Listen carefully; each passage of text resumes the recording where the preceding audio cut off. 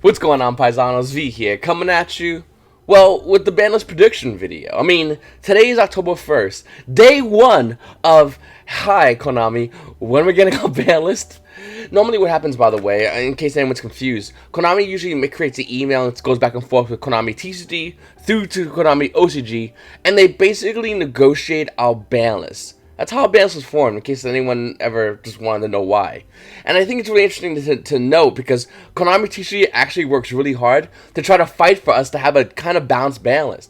Currently, right now, with our current Banlist, or current cards we have right now, the meta is relatively healthy, with a lot of decks being able to play, and a lot of YuGiOh players being able to have more choices, and not just being stuck with this one deck you have to play with. Notably, we do know that Orcus, I believe, is the best deck of the format, but looking at other decks, it's still like Orcus still has a hard matchup, and you have to earn your wins, and a lot of you good decks out there can still win, like Sky Strikers and Thunder Dragons and so on and so forth. We just saw yesterday, and I told my previous Market Watch, about how Infernoids made top 4 in the YCS in Guadalajara. And yeah, it's pretty crazy to see what happens with the Banlist. I mean, it's exciting, it's a little bit nerve-wracking, and hopefully your deck, whatever deck you're playing right there, doesn't get hit. Guys, before I begin, I just want to say, please make sure to subscribe to the channel if you haven't subscribed already. Hit a little subscription thing down below, little notification bell when these videos get uploaded, and comment down below. Comment question of the day. If you could choose one card to come off the Banlist, what would it be? Now, I'm going to show you 3 cards that I think are going to be going on the Banlist, but I'm going to have 3 more choices for you, so stay tuned for this video. And if you guys want to support the channel, click in the description. You got TCG player link, all kinds of good times in there. Anyway, guys, moving on. Look at the Banlist right now. The next Banlist is no sooner than October 14th. I really thought this is October 1st for some weird reason. I'm pretty sure it's not October 1st, but nevertheless, the next Banlist will be no sooner than October 1st with a 4, so 14th, 2019. Now, there could be a couple of things happening. One, we could be getting the Banlist today, and it'll be effective October 14th. 2, October 14th rolls around, and it'll be like how today is when we go, Banlist is almost near, and that's, you know, another range. Or 3, October 14th happens, we don't get a Banlist, and around December 8th, we get like a Banlist. It has happened in the past, weird times after we've been told to get the Banlist. Nevertheless, let's go right into the cards, guys. I'm going to start off with the banned cards. So right off the gate, the number 1 card I think should be banned is Instant Fusion.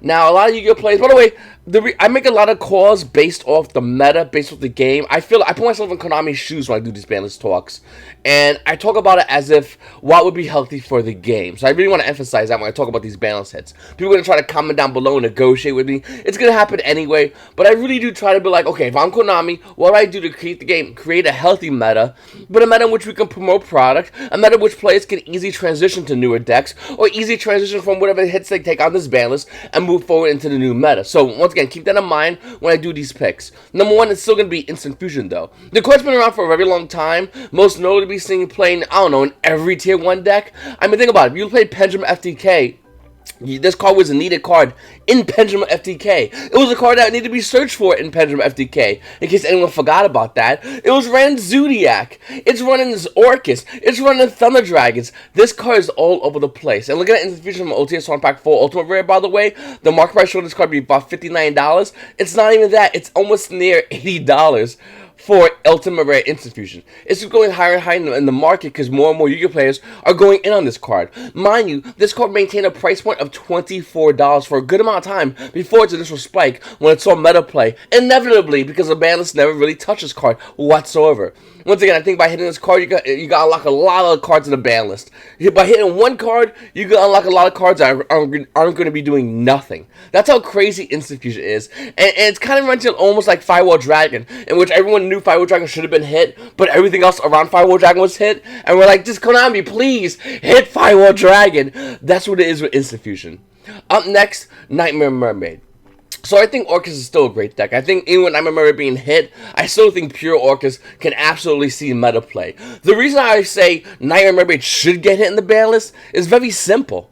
because it makes Orcus splashable in a majority of the decks in the game right now. Most notably Cyber Dragons, but then again, there's been other builds that I've been topping that run Nightmare Mermaid, the Orcus package, which you can run a small package for, and that package by itself will give you a card, a non-targeting removal, and a negation, as well as the cycling cards on your boards, on your board state relatively easily. Nightmare Mermaid making Orcus that much more splashable needs to be hit on the ban list. In my opinion, this is almost a no-brainer. I know a lot of you players out there know V, but I play Orcus, and that hurts my feelings. I understand that, my guy, but we cannot have things that are just super broken and splashable. Not in every deck, just a certain amount of decks. Realize, if we're Konami, and we're trying to promote that product, we're going to promote some new Tier 1 deck. Maybe Hakai, maybe Rain Says, who knows? Maybe a TCG exclusive deck. No, it doesn't matter. We want to promote it. How can we promote the game when we have a splashable engine that's been around for, for a decent amount of time, I believe? And yeah, it should definitely be hit already.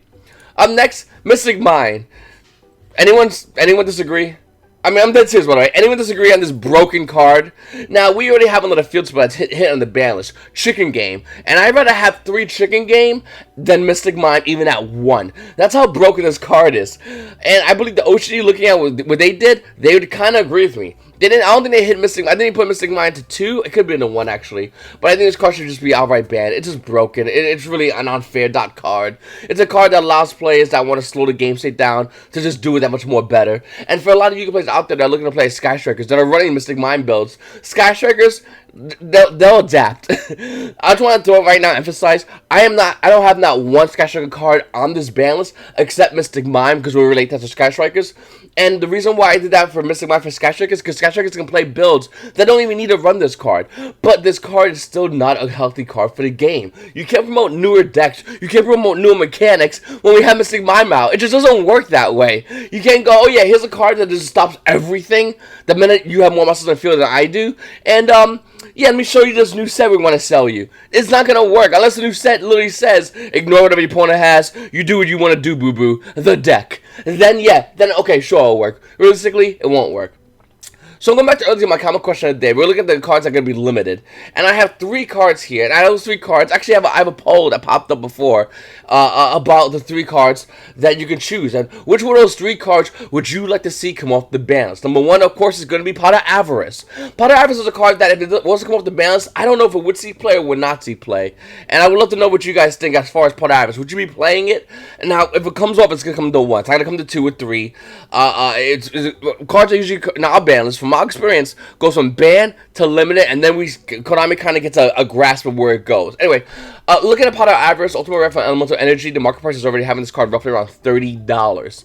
Now, that's the market price. As far as Light You Play First Edition, it's actually around $64, double the market price for Ultimate Rare Pot of Avarice, which again, a First Edition Light You Played. There's other versions though. You got Secret Rares, which is like $2, which easily we clean up the market, by the way, this went to 1.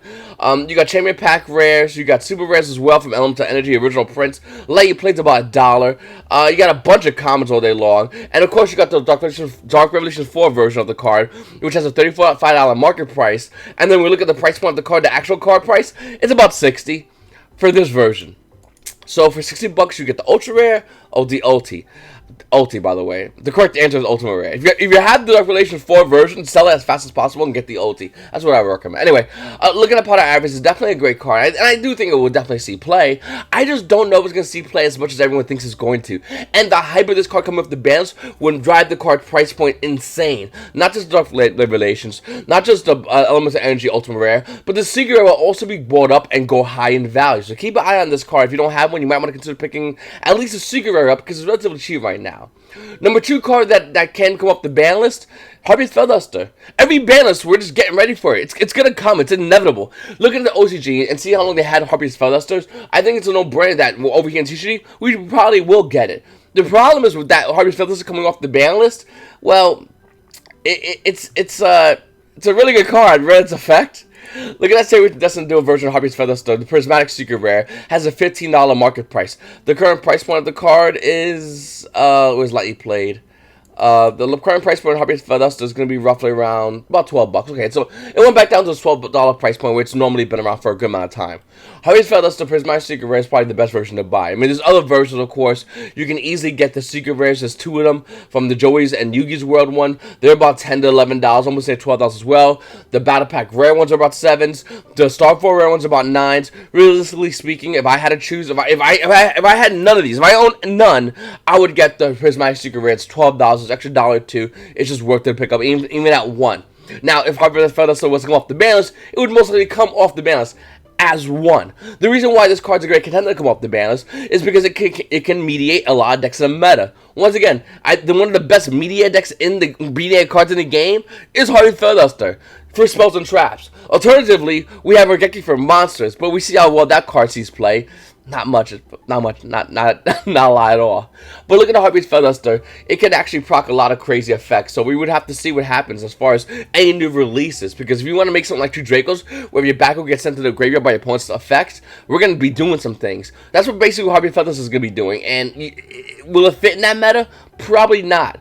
But if it was to come off the ban, I do think this card definitely would see play. I think this card would be another staple card in every deck. And I'm not sure Konami's ready for that. Moving forward, we have Max C, Ultimate Rare, which is $150 again. Market price going to be about $162. Max C is a card, once again, that we're looking at the OCG. They have it at 3. If we got Max C at 1, it would do absolutely nothing. It would definitely be a needed card, but a lot of decks will just have more things to play around now. Now, besides the fact that you have Nibiru, Ash Blossom, and Joyous Spring, now you have access to even one Max C would definitely change the mentality of a lot of Yu-Gi-Oh players. The Max C challenge wouldn't be taken as much. Then again, if you drop your one of Max C against a Yu-Gi-Oh player that has Ash Blossom and Joyous Spring, well, my hand trap stops your hand trap, and I have 3 of mine, and you have 1 of yours, so hopefully you have your Ash from my Maxi, is what literally every Yu-Gi-Oh player will be saying. Then again, of course, this card is an insane card. Opening against a lot of opponents, dropping Maxi, and drawing those cards is a big deal, and it definitely is a game changer. Now, Konami wants to bring this card back off the ban list at 1. Would you play it? The correct answer is yes. I think everyone would. There's no reason why not to play this card. It's such a broken card. The thing is, though, if it was to come off the ban list at 1, I don't think every single deck would really want to play this. I mean, there's certain decks that just doesn't really care about it. I don't know. I mean, maybe I'm being a little naive in that instance. But I do think that Maxi came to 2, absolutely staple. Maxi at 3, 100% staple. But as far as 1, I don't know. It's a weird hand trap to run at 1. And if you guys ever played it when it was at 1, you know exactly what I'm talking about. And that's before we had, like, Call by the Grave and Ash Blossom and Joyous Spring and how the meta currently is right now. It's not terrible, but it's very weird. I don't know. Let me know what you guys think in the comments down below. Would you run Maxi in, and what deck would you run it in? We also have Secret Rare from Storm Ragnarok. I already went over that. Price point's insane. You also have the Ultra Rares that are roughly around $9, relatively low. Super Rares being roughly around $5. The Common, which is roughly around $3 or $4. And the Premium Gold. Why is that there? Moving forward, we have Thunder Dragon Colossus. Another card I think should absolutely be limited. Now, I'm personally playing Thunder Dragons, and it's something like last meta where I was playing Ultigeist, and I'm like, yeah, multi-figure should be hit. That card's insane. The card's absolutely insane. Well, Thunder Dragon Colossus is no different. The card has the built-in effect of Mistake, the trap card, that allows your opponent not adding cards from their deck to their hand. Just your opponent, though. So your opponent can add cards from the deck to their hand. Oh, and by the way, have fun trying to get rid of Thunder Dragon Colossus. Now, I'm not going to be that guy talking about looking at the OCG again. I've been doing enough of this video. But realistically speaking, this card really is broken. And once again, if you're Konami and you want to promote a game mechanic that can let Yu-Gi-Oh players search your deck more freely, you have to hit this card. I'm putting this card at 1.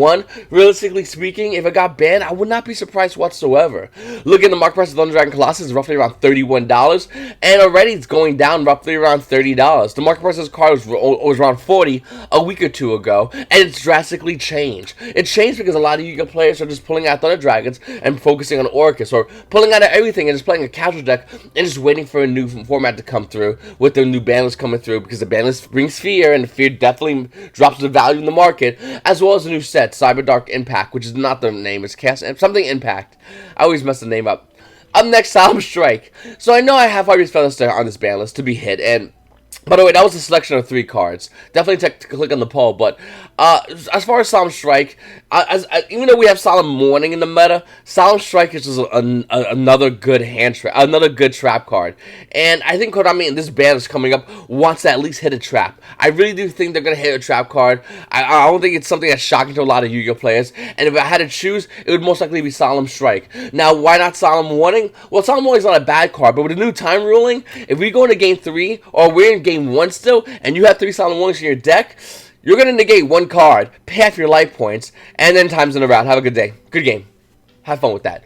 Game 2, you still have Solemn Judgment because you thought you could win it, but the game still went a little bit longer. Activate Solemn Judgment, stopping me in 1 play. I'm looking at my hand. What's that? Time in a round? Bang, sign and slip, buddy. So I think Solemn Strike is a less of a payment cost, and there's a little more. Unlike Warning, Solemn Strike can negate hand traps, which does put it up there at a pretty high level of gameplay, and it's definitely seen played only in Altergeist. A little bit of in Groom Control, but more than likely Altergeist. And if Konami wants to promote a new trap deck, a new control deck, I think the best way to do it is by getting rid of Solemn Strike. We have Warning to 1, and I think Strike should definitely go to 1 as well. Once again, 1 Warning, 1 Strike, 3 Judgment, and you know what? Control decks do this crazy little thing called playing floodgates. Those are pretty good. Seriously, they're like really good, and I think every control deck kind of forgot about that, but for real, you want to look at those cards, and I'll explain some in this video actually. But looking at Solemn Strike right now, the current price point is roughly around $81. We're seeing it about $78, and to be honest with you, I'm not sure if I sold mines yet, or I'm going to be selling mines, but I'm getting rid of mines because I think this card inevitably will be hitting the ban list. It just really is that broken of a card, and the price, the life points you pay, 15 life points, is not a lot for what it does. It's discount. Up next, Pendulum Core.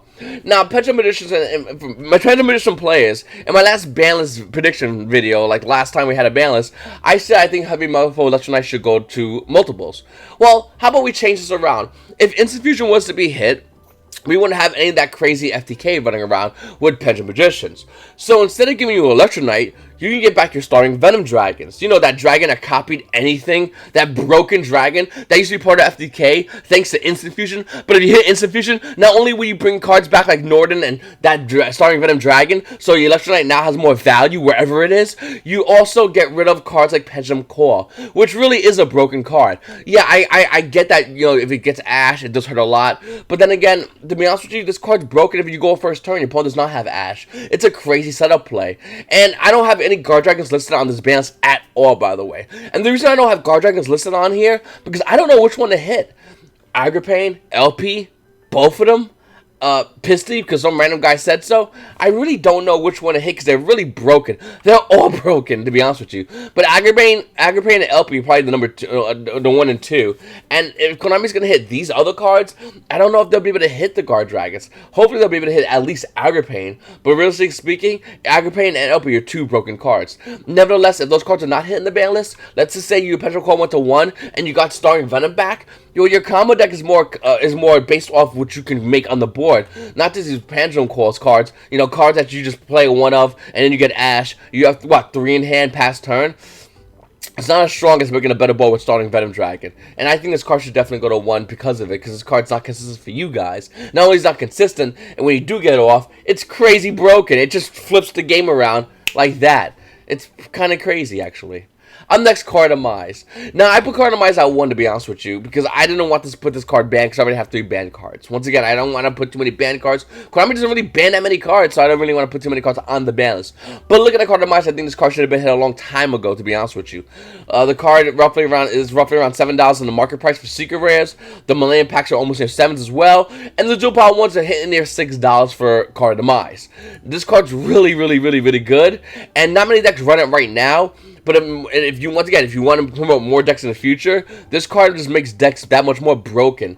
And I think Konami doesn't need help making a broken deck already broken. But if they make a deck like, let's say Tier 1, and they forget about this card, or they just somehow they don't think about this card impacting that deck, and also the card impacts the deck, you can take a Tier 1 deck, throw 3 Card Demise in it, and make it Tier 0.5 like that. It's a really broken card that should not be played at all. It should be at 1 if that.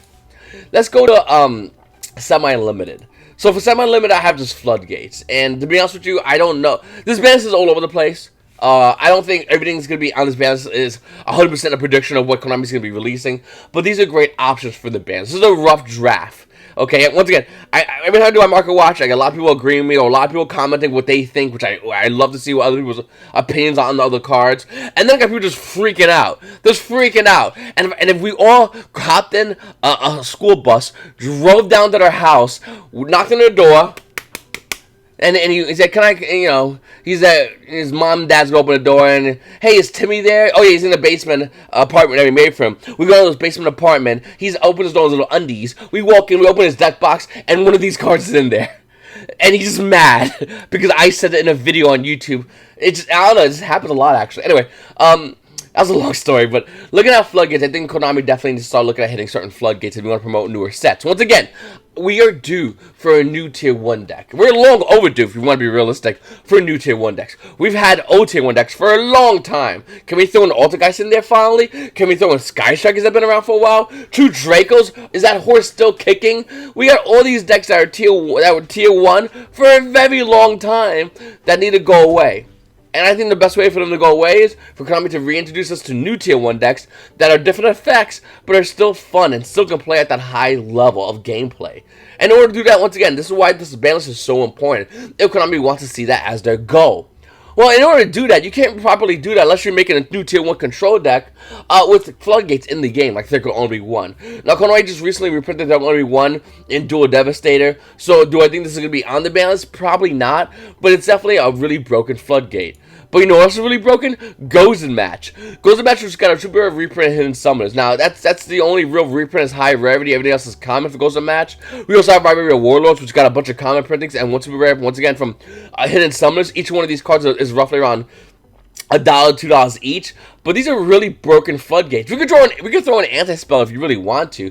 But realistically, these floodgates is going to change the game of the monster landscape. And that's kind of a big deal for decks that want to, you know, use their monsters and do things on board.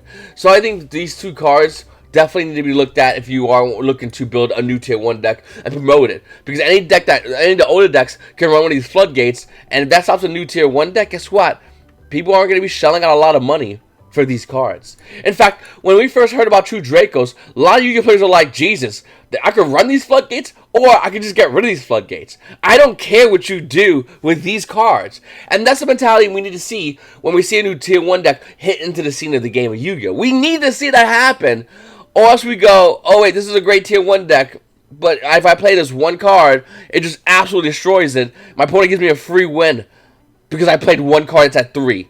That's why when you look at Rivalry Warlords, when you look at Gozen Match, even if they're going to be 1, you have to ask yourself a question. If you're Konami, you want to promote a new set, you want to promote a new Tier 1 deck, you have to ask yourself, is it worth it having these cards in the game still? And that's why I don't think it is. On next, Infirmities. Now, Konami loves doing legacy unlocks. We know this. Look at the previous bans. We saw some legacy unlocks for Monarchs, and I think next legacy unlock should be for Infirmities. It's been a very long while for Infirmities to get anything off the ban list. I understand that Infirmities have a crazy nutty combo, but with the nuance of hand traps and Nibiru and Nibiru again, what are you really gonna do when you have no cards in hand and Nibiru hits the board? Besides go, yep, I'll see you in game 2. There's not much I can do, so I do think Infirmities are really good. I think they're really fun. And I think they should be unlocked a little bit off the ban list. It's not going to really change the game at all, to be honest with you. Speaking of Monarchs, Pantheons and Monarchs. Now, I have it here at 2 because Konami has it currently limited, and they would most likely put it to 2. I wish the card went to 3, but I'm more than likely to go to 2. And looking at the cards that should be at 3, Ether, which is currently at 2. Once again, Ether was at 1. Konami said, okay, we'll put Ether to 2. Monarchs said, absolutely nothing. Fun deck, by the way. Very, very fun rogue casual deck. I love the deck a lot, actually, but it's not doing anything. It's not going to do anything. We have Pantheism that should go to 3. Ether should go to 3. And Monarch players will rejoice, the 4 of us. Other than that, that's all it's going to do. Monarchs aren't going to see much play. Yu-Gi-Oh! Players are going to be really happy. And then when we see new Link Rain support, Yu-Gi-Oh! Players are going to have that question. Hey, any new Link Rain support from Monarchs coming out that's going to really make the deck a little bit more playable? Any Link Rain support from Infirmities that's going to come out to make this deck playable? Any Link Rain support in general for a new archetype that is slowly being unlocked off the ban list? Anything like that will increase hype and speculation. The value of some of these cards will go up crazy high in value, and a lot of you players will be excited about the game. And that's what you want to do. You want to draw that buzz about the game. You want people excited about it. Even if the hype is bad, you players don't care. Do you think we care? Look at Harpies. That's the definition of we don't. Madolches. We don't care. I don't care if my decks play. I don't care if my deck wins one guy's regionals in one place that nobody plays at YuGiOh at. I don't care. I want this deck max rarity. And it's going to be a lot of money because hype and speculation. That's how the market works. The market's very crazy like that. And once again, you want players to be excited about the game. You want players to be involved within the game. And it doesn't have to be tier 1 all the time. It can be casual. And I think if you want to do it casually, you're definitely going to have to look at Infernius. You're going to have to look at Monarchs. And there's a lot of other good decks you can look at. Stratos. Put this card at 3. Like, it's doing nothing. It's just... It's embarrassing at this point to see this card. Not only go off the balance a little bit, but like just do nothing. Look at the Elemental Stratos, has a $44 market price. The price was roughly around $42. But after that one's gone, it goes up to almost near $47 for Ultimate Rare Elemental Hero Stratos from OTS 1 Pack 9. Okay. This card will go to 4, and it won't do nothing. Now, I think Konami's gauging the new hero support coming out in the Legacy Duelist, Legendary Duelist Bakura. Okay. I know one hero deck made top 32 at the YGOPaisano Guadalajara. Congrats to that player. Seriously, that's not an easy feat to do. And I really wish, Stone Cold wish he would have won the event. Because even though hero players kind of know me sometimes because they babble the same, they use the same lines. It used to be like, Shroud should go up the best, blah, blah, blah. And I annoy the crap out of me. I am a huge hero fan, and I love heroes like a lot. I'm just not that crazy hero kid to like babble about like, man, Shroud should go with the ban list. Because, that argument's been going on for over a decade, and then we finally got Shroud with the ban list, and now they're arguing about like this commander, whatever the thing they're arguing about now. But anyway, you're looking at Elemental Shrouds, it really should come off the ban list. It should come off the 3, because the hero players are, even if they would play, it wouldn't really do much. They would be a little more excited, they'll be a little more pumped to play, and they might even focus on buying more Legacy Duelist Bakura to pull those super hard to get cards for heroes. Realistically speaking, I don't know if it'll do much in the end.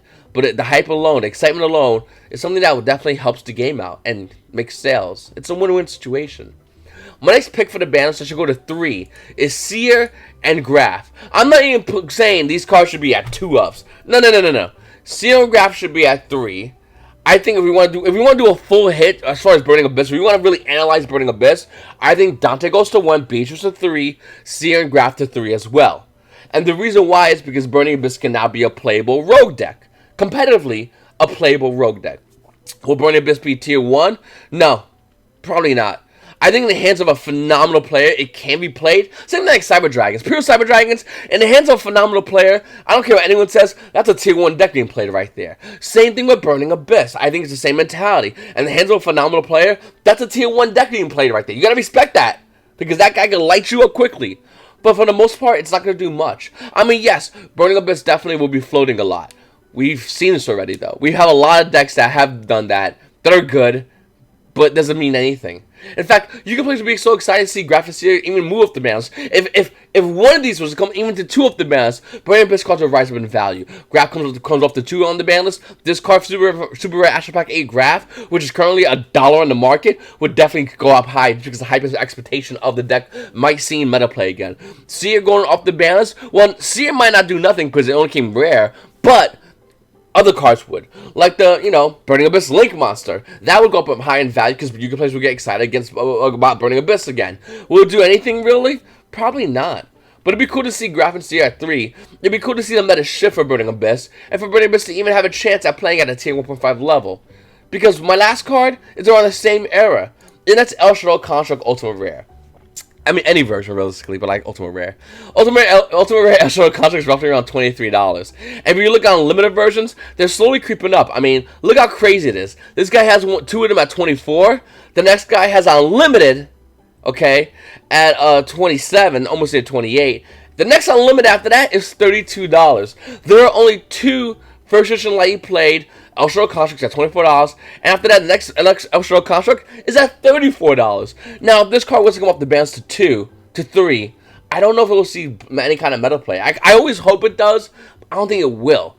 But you know what will see meta play? the market for El Shadow Construct Ultimate Rare. It would spike to crazy proportions. In fact, we know this because when Construct went to 1, the market went insane, and Shadows did nothing. Well, Construct goes to 2, the market's definitely going to go insane. Shadow's probably going to do nothing. Shadow Construct goes to 3, the market's going to go absolutely crazy, firehouse insane. The market would probably just... I mean, the meta might see some play finally. I don't know if it would or wouldn't.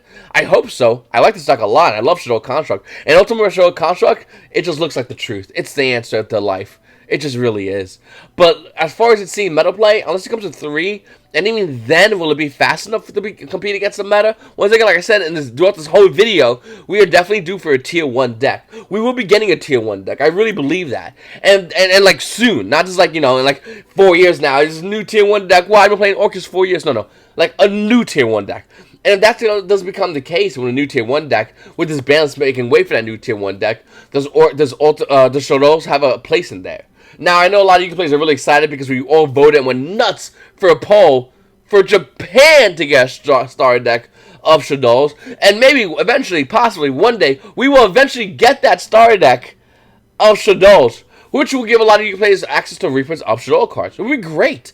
I mean, to be honest with you, a lot of Shadow cards, even the rares, like Shadow Beast, still has a good amount of value. All the rest of Shadow cards, Shadow Dragon, that card's still like almost $3. Like, it's insane. And to see those cards reprinted, it would be awesome. Even Shadow Construct, even though it did get an Ultra Rare reprint recently, it still would be good to see Shadow Construct in a starter deck. It'd be awesome. It'd be a great selling point. You know what would be really awesome? A playmat. And I'm not a big fan of neoprene playmats. Rubber playmats, they're mousepad playmats, by the way. Not a big fan of those. But if they made another Shadow playmat, or maybe Shadow's teamed up with another deck, maybe team up deck, so like Shadow with Sky Striker Ray, that'd be kind of cool. Or Shadow's with like Thunder Dragons, actually that would make more sense. Or Invoked Shadows would look gorgeous. There's a lot of cool things you can do. And I do think that Konami really wants to promote Shadows. They can start by unlocking Shadow Construct. Probably the 2, I would like the 3, I think everybody would, because that would definitely make the deck a lot more serious contender for play. But having Shadow Construct even at 2, having at 1 right now makes YuGiOh players want to play it. Having at 2, I think YuGiOh players would almost definitely play it. I mean, look at Winda. Besides Instant Fusion, which cheats Winda out, Winda is a great card in general. And having Winda on board really stops a lot of decks in the game. Imagine giving us access to Winda and then Construct, full power. Well, what deck would you combine it with? Obviously Invoked, but there's other decks I think we could do Thunder Dragons with Shadows. It'd be really fun, actually. Anyway, guys, I really appreciate you guys watching my videos. Please, make sure to comment if you haven't commented already. Take the poll at the beginning of the video. Hit the subscribe button if you haven't subscribed already. Go to your local Paisanos. Tell your buddies. Say, hey, listen, hit the subscribe button. Check this guy's channel out. We're doing a band prediction video. A lot of other YouTubers are going to be doing it as well. They'll complain about it, and then eventually they'll do it, and they'll act like someone forced them to. I don't know. It's really weird how other YouTubers like do the band's prediction video. Just do it and be quiet. Like, enjoy it. It's fun. We're theorizing about what could come off the ban list. And it's always exciting. And if we're 100% right or 100% wrong, does it really matter at the end of the day? No. But it gives some food for thought for other YuGiOh players who are looking at the secondary market, like we just did right now, and talk about whether to go in on certain cards or to sell certain cards. And all we gotta do is just have a conversation about these cards. Because some of them are really high in value, like, I don't know, Instant Fusion. That's roughly around $80 to almost $90 in its value. And yeah, this card definitely needs to be sold if you have it, by the way. But then again, it should have been sold every time there was a ban list, because the card value is so high and the card seems so much play. It's insane to see this card just, you know, it kind of reminds me of like Trickster Reincarnation, how it just misses ban lists, and you're like, this card's so dumb. This card's so dumb, and it's missing ban lists. And now everyone doesn't care about Trickster Reincarnation, but that card's still a broken card. Anyway, Paisanos, I digress. It's your boy V, and you Paisanos have a great day.